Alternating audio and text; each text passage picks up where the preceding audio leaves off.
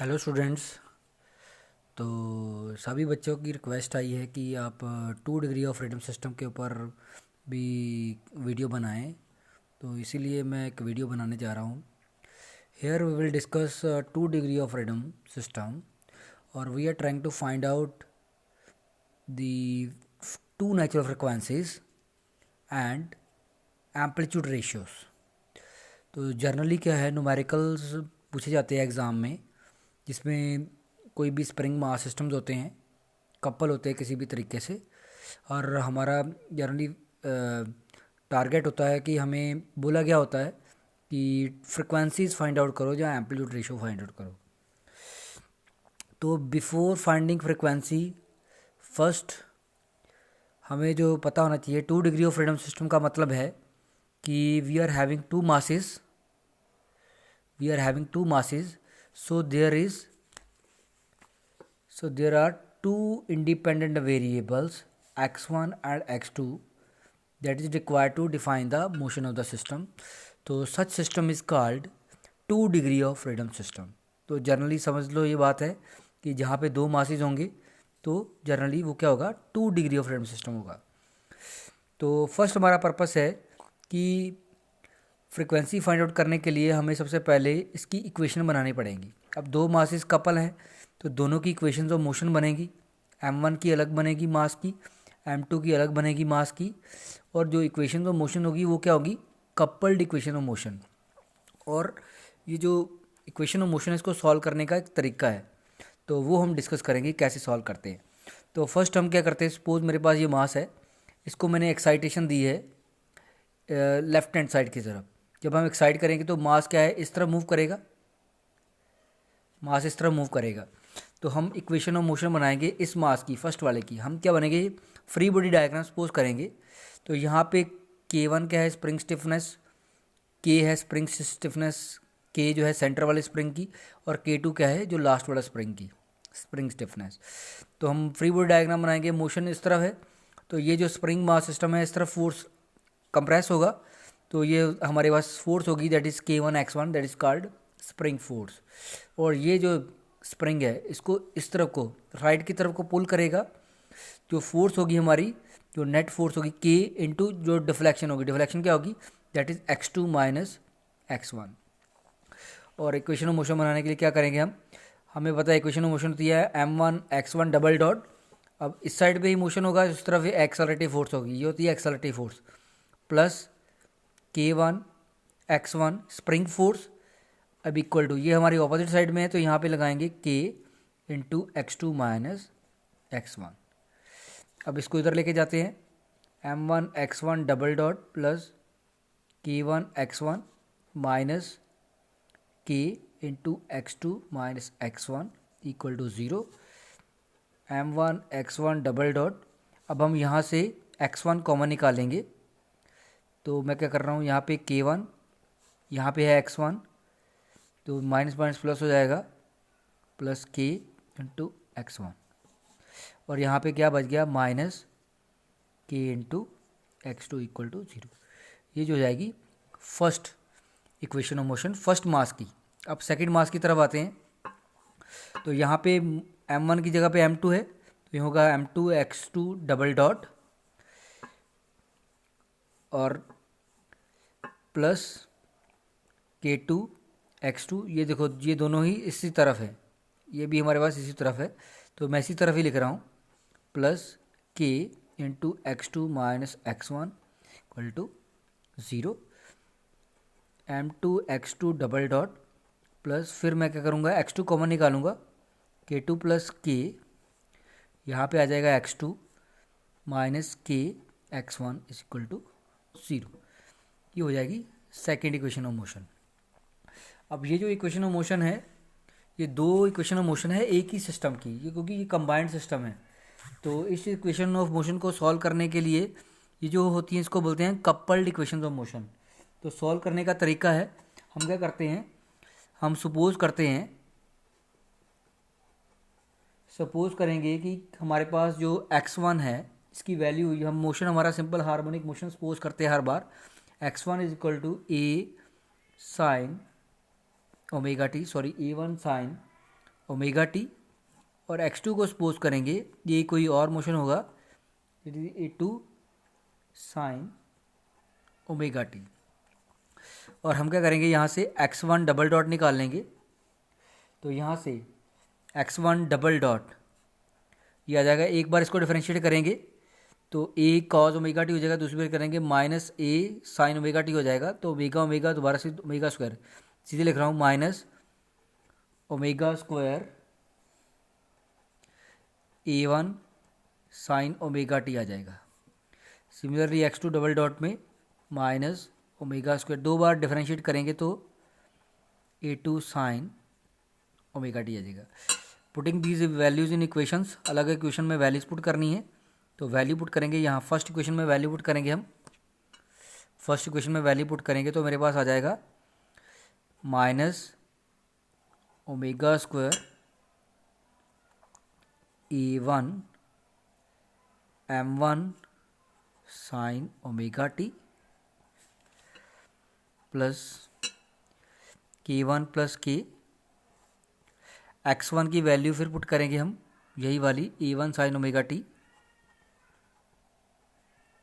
Omega T then minus K x2 की value A2 sine omega T और equal to आ जाएगा यहाँ पे 0। अब साइन ओमेगा टी तीनों इक्वेशन में कॉमन है तो उसको कट कर देंगे, तो मेरे पास जो टर्म्स बच जाएगी omega square A1 M1 plus K1 plus K A1 minus K A2 is equal to 0। ठीक है जी। अब हम करेंगे, क्या करेंगे, हम A1 को कॉमन निकाल लेते हैं। A1 मैं कॉमन निकाल रहा हूँ, यहाँ पे आएगा minus omega square M1 plus K1 plus K minus KA2 is equal to 0। Equation number 3 है। अब हम चलते हैं फिर इक्वेशन नंबर 2 पे वैल्यू पुट करेंगे x2 की, x2 डबल डॉट की। तो सिमिलरली जो वैल्यूज़ पुट करेंगे तो मेरे पास, जब वैल्यूज़ पुट करेंगे तो मेरे पास आ जाएगा। तो यहाँ मैं सिमिलरली कर रहा हूँ क्योंकि बहुत टाइम लग जाएगा अगर फिर दोबारा से सॉल्व करेंगे, सेम ही प्रोसीजर है।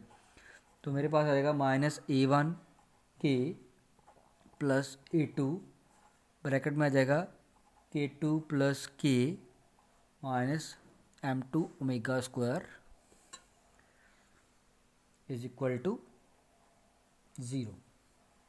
इक्वेशन नंबर 4 है। अब हम इस ये जो दो इक्वेशन है इसको सॉल्व करने का तरीका है, हम क्या करेंगे, इसका डिटर्मिनेंट निकालेंगे। डिटर्मिनेंट निकालने के लिए मैं कोफिशिएंट अलग करूँगा। यहाँ पे देखो मैं A1 के कोफिशिएंट लिखूँगा, यहाँ पे A2 के कोफिशिएंट लिखूँगा और ये पूरा डायरेक्ट डिटर्मिनेंट निकाल लेंगे, इक्वल टू 0 कर देंगे। तो ये देखो फर्स्ट इस इक्वेशन में A1 के कोफिशिएंट है minus omega square M1 plus K1 plus K। दूसरी क्वेश्चन में A1 का कोफिशिएंट क्या है, A1 के साथ क्या है माइनस K। अब इस इक्वेशन में माइनस K है A2 के साथ, इस इक्वेशन में A2 के साथ क्या है K2 plus K minus M2 omega square. अब बेटा इस मैट्रिक्स है, मैट्रिक्स का डिटर्मिनेंट निकालेंगे। डिटर्मिनेंट देखो आपको निकालने आता ही है क्योंकि हम छोटी क्लासेस में भी ये पढ़ते आ रहे हैं बार बार, तो मैं कैलकुलेशन पे नहीं जाऊँगा, सीधे मैं इक्वेशन पे आता हूँ। हाँ जी बेटा, इसको क्रॉस मल्टीप्लाई करके और सॉल्व करके ये आ गई इक्वेशन। हाँ जी, सॉल्व करके ये इक्वेशन आ गई है हमारे पास, ये हमारी आउटपुट इक्वेशन है। तो आगे न्यूमेरिकल के हिसाब से हम इसको चेंज कर सकते हैं इस इक्वेशन को। तो सपोज कर लेते हैं, तो मेरे पास जो K1 है और K2 है ये दोनों क्या है K के बराबर है, और M1 और M2 ये दोनों बराबर है M के। तो ये वैल्यू हम चेंज करके यहाँ पे वैल्यू पुट करेंगे। तो वैल्यू पुट करके मेरे पास आ जाएगा omega raise to power 4 minus यहाँ पे आएगा 2K upon M plus 2K upon M omega square plus 3K, यहाँ पे के स्क्वायर आ जाएगा, ये आ जाएगा 3K square upon M square equal to 0। और ये जो क्वेश्चन क्या है हमारी यहाँ पे आ जाएगा 4k/m omega square omega raise to power 4 minus plus 3k² upon m square is equal to 0। ये हमारी इक्वेशन क्या है, क्वाड्रेटिक है। क्वाड्रेटिक इक्वेशन के रूट निकालते हैं, तो रूट होता है हमारा b² माइनस 4ac वाला फॉर्मूला लगा के, तो मेरे पास रूट आ जाएंगे 4k/m माइनस b होता है ना, plus minus under root of b², तो b मेरे पास 4k/m है, तो 16k² अपॉन m स्क्वायर आ गया है 4ac।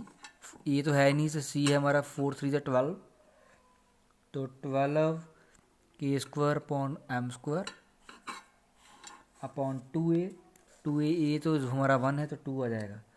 तो इसको हम सॉल्व करेंगे, तो सॉल्व करने के बाद we will get omega 1 is equal to, अगर प्लस का रूट लेंगे तो ये आ जाएगा k/m, और सिमिलरली अगर माइनस का लेंगे रूट तो मेरे पास ओमेगा 2 आ जाएगा √3k/m। ठीक है जी, ये तो हो गई हमारी 2 फ्रिक्वेंसीज। अब है एम्पलीट्यूड रेशियोज निकालने हैं, वही हम वही इक्वेशंस पे चलते हैं। तो ये इक्वेशंस हैं हमारे पास जहाँ पे एम्पलीट्यूड्स आए थे A1 A2, यहाँ से हम इसको इक्वेट करके एम्पलीट्यूड के रेशियो निकाल सकते हैं। इसी इक्वेशन से आते हैं, फ्रॉम इक्वेशन नंबर 3 से चलते हैं। From 3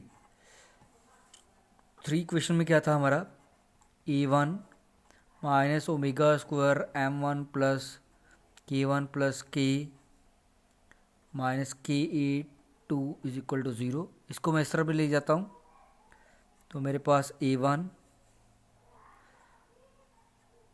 m1 omega square plus k